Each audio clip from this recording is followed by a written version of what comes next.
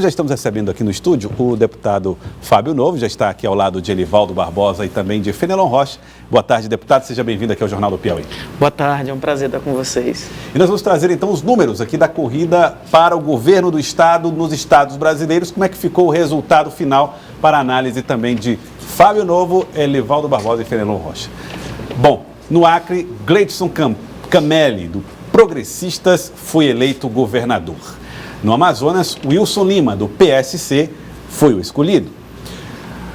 Em Rondônia, o coronel Marcos Rocha, do PSL, é o governador do estado. Em Roraima, Antônio Denarium, do PSL, também foi eleito. O PSL fazendo alguns governadores pelo Brasil. Hélder Barbalho, do MDB, foi escolhido no Pará, foi eleito no estado do Pará. No Amapá, Valdez Góes, do PDT, saiu vitorioso. E no Tocantins, Mauro Carlesse, do PHS, foi o governador eleito. Isso aí é o quadro da região norte. Na região nordeste, no Maranhão, Flávio Dino, do PCdoB, foi eleito governador. No Piauí, o Wellington Dias, do PT, também eleito. Os dois foram eleitos em primeiro turno. No Ceará, também eleito em primeiro turno, Camilo Santana, do Partido dos Trabalhadores. No Rio Grande do Norte, em segundo turno, Fátima Bezerra, também do Partido dos Trabalhadores. Na Paraíba, o PSB elegeu João Azevedo e em Pernambuco, Paulo Câmara, do PSB, portanto, PSB elegendo Paraíba e Pernambuco no governo do estado. Em Alagoas, Renan Filho, do MDB, foi eleito. No Sergipe, Belivaldo Chagas, do PSD. Na Bahia, Rui Costa, também do Partido dos Trabalhadores, foi escolhido governador. E aí, os 4 governadores do PT estão justamente na região nordeste do Brasil. No Centro-Oeste, Mato Grosso, Mauro Mendes, do Democratas, foi eleito governador. Em Goiás, também democrata, Ronaldo Caiado, inclusive foi candidato à presidência da República nas eleições pós-redemocratização. No Distrito Federal, Ibanez Rocha, com uma larga vantagem no segundo turno, candidato do MDB, inclusive tem ligações com o Piauí, foi eleito governador lá no Distrito Federal. No Mato Grosso do Sul, Reinaldo Azambuja, do PSDB, foi o governador eleito. Na região Sudeste, Minas Gerais, elegeu o único governador do Novo, Romeu Zema. No Espírito Santo, Renato Casagrande, do PSB, foi o escolhido. No Rio de Janeiro, Wilson Witzel, do PSC, foi eleito governador no segundo turno. E em São Paulo, uma vantagem apertada, mas vitorioso, João Dória, do PSDB. No sul do país, no Paraná, Ratinho Júnior, do PSD, foi eleito. Em Santa Catarina, o comandante Moisés, do PSL, foi eleito governador. E no Rio Grande do Sul, Eduardo Leite, do PSDB. Esses são os governadores eleitos no Brasil. E para falar a respeito deste desempenho, quero começar conversando com o deputado Fábio Novo a respeito disso. O PT é o partido que mais elegeu governadores, 4, todos eles na região Nordeste. É possível dizer, deputado, que a partir de agora o PT é um partido com força circunscrita no Nordeste do Brasil? Não, o PT tem força em outros lugares também. Se você pegar o mapa, você vai ver que teve uma força considerável no Pará. Foi o partido mais votado. Fernando Haddad foi o mais votado no Pará, em várias regiões do Sul. E isso você tem que ver o contexto da eleição, que foi essa eleição. Então, cada eleição ela traz um retrato e traz uma situação totalmente diferente. Nós tínhamos Minas e perdemos Minas, que é um estado também extremamente importante. Deputado... E ganhamos Rio Grande do Norte, que não tínhamos, né? Deputado, quando a gente olha o desempenho geral do Partido dos Trabalhadores, olhando a votação de primeiro turno para presidente, o partido praticamente voltou para o patamar de 94, menos de 30% dos votos. Isso não diz muito de uma diminuição de partidos que eram tidos como tradicionais, como o PT, o MDB e o PSDB, mas estou me referindo especificamente ao PT. Você fala primeiro turno. Primeiro turno, porque esse é o parâmetro para dizer assim, esse voto é meu. No primeiro turno, o PT teve o quê? 29%. 29%. Agora, é preciso entender que Fernando Haddad foi lançado candidato faltando poucos dias. Então foi um erro estratégico do PT? Não, porque nós tínhamos a situação do ex-presidente Lula, que não era uma situação definida. Então, o Fernando Haddad foi lançado o quê? Ali dia 11 de setembro. Então, foi muito em cima. Mas aí você tem que fazer uma análise dos números de segundo turno. Quanto Bolsonaro cresceu no segundo turno? Bolsonaro, no primeiro turno, teve 49 milhões de votos. Foi para 57 no segundo turno. Ele cresceu 17% de votos. Fernando Haddad, observe que aí você vai notar o crescimento ali no segundo turno, que é quando realmente tem consolidado que o Fernando Haddad é o candidato. O Fernando saiu de 31 milhões de votos para 47 milhões de votos. E cresceu 50% de votos. Quando o senhor fala desse crescimento, é curioso a gente notar que o discurso do primeiro turno era um discurso muito vinculado ao PT, a Lula. E quando ele cresce no segundo turno, é um discurso que, por exemplo, Lula não aparece, nem o PT. Eu acho que aí é onde tem uma falha do partido. A gente precisa reconhecer e dar a meia culpa. Nós tínhamos um candidato a presidente da República que tinha que pensar em projetos para o país, não só falar de Lula, não só falar de situações que agradem o Partido dos Trabalhadores. E aí é onde eu acho que o Fernando Haddad acertou no segundo turno. Se você olhar, inclusive, não deu tempo de terminar aqui os dados, os levantamentos, mas inclusive nos estados do Sul e do Sudeste, aonde o Fernando Haddad perdeu, também foi nesses estados onde ele mais cresceu. Ele cresceu no Rio de Janeiro, ele cresceu no Rio Grande do Sul, mais de 100% dos votos em relação ao primeiro turno. Houve um crescimento muito forte nas regiões Sudeste e Sul, que é onde ele teve menos votos.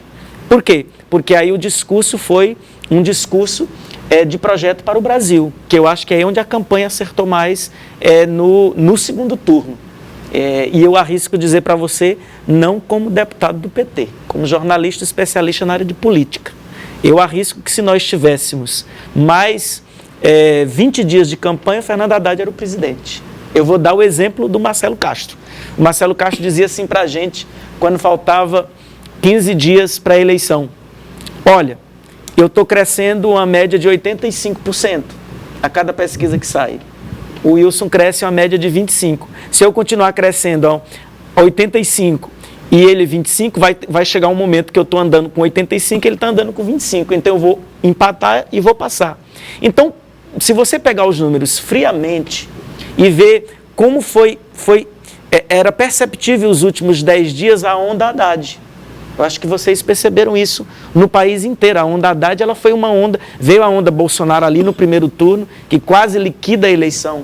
No primeiro turno, não liquidou. E depois que a campanha do Haddad conseguiu mostrar para o Brasil que não era um projeto só para o PT, era um projeto para o Brasil, aí ela deslanchou. Intelectuais do mundo inteiro, artistas, e te coloco esses dados. Se você pegar os dados de São Paulo, do Rio de Janeiro e de Minas, você vai ver que o Haddad passou dos 40% dos votos em Minas no segundo turno. Deputado, o discurso de ontem de Haddad, ao reconhecer a derrota, foi um discurso que fugiu dessa linha. Ele voltou a ser um discurso para dentro do partido. Ele cometeu um erro? Mas qual foi o discurso dele? O discurso ontem? Quando ele falou só para os que votaram nele, falou na crítica, criticou as instituições, falou na Dilma, no Lula, voltou a ser só uma temática voltada para dentro do partido. Não, eu não vi. Eu vi hoje uma declaração do Fernando Haddad que achei, inclusive, extremamente madura, que mostra que é um líder, desejando boa sorte ao Bolsonaro. Mas isso só hoje, ontem desejando, não fez. Sim, você está no calor da campanha ali, você ainda está terminando de... Hoje ainda é dia de se dizer. Por exemplo, eu, Fábio Novo, desejo que o Jair Bolsonaro seja um bom presidente. Desejo que ele, inclusive, repense o que ele disse na entrevista aqui para vocês, que foi uma entrevista que vocês conseguiram fazer e que repercutiu no mundo inteiro, negativamente, não foi positivamente. Porque um candidato a presidente que está na frente nas pesquisas, que diz o que ele disse para a TV Cidade Verde, que repercutiu no The New York Times, no El País, em todos os cantos do mundo, mostra que realmente ele precisa repensar a posição. O Bolsonaro muda muito o discurso, né? Então ele está bem orientado. Quando ele vê que realmente o discurso está equivocado, ele termina mudando. Então, efetivamente, o Bolsonaro vai tratar bem o Nordeste, que foi o lugar aonde mais resistiu à onda do fascismo? Porque assim, é preciso dizer de forma muito sincera para a população. O que nós vimos ontem à noite? Ontem à noite, nós vimos um catalisador chamado Jair Bolsonaro, que abriu o armário de uma sociedade que estava presa dentro desse armário, que é o quê? Uma sociedade machista, homofóbica, misógina, tudo isso foi aberto. Eu fiquei horrorizado com as cenas que vi ontem, da comemoração. Bolsonaro ganhou a eleição no Brasil, teve uma eleição bonita, mas as pessoas eram intolerantes nas ruas, mataram um menino em Ponta Grossa de 8 anos de idade com um tiro. Não sei se vocês chegaram a ver uma imagem no interior de Minas Gerais de um cidadão com um fusível.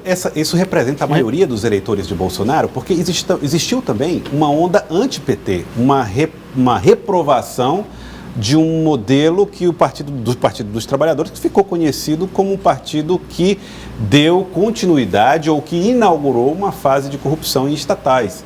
Não foi esse problema também que aconteceu no Brasil? Eu discordo do seu ponto de vista. Dizer que o PT não foi rejeitado nessa eleição? Eu discordo do seu ponto de vista de que existe o antipetismo. O que existe é uma sociedade de ranço escravocrata que abriu a porta do armário ontem, com Bolsonaro. Isso ficou claro.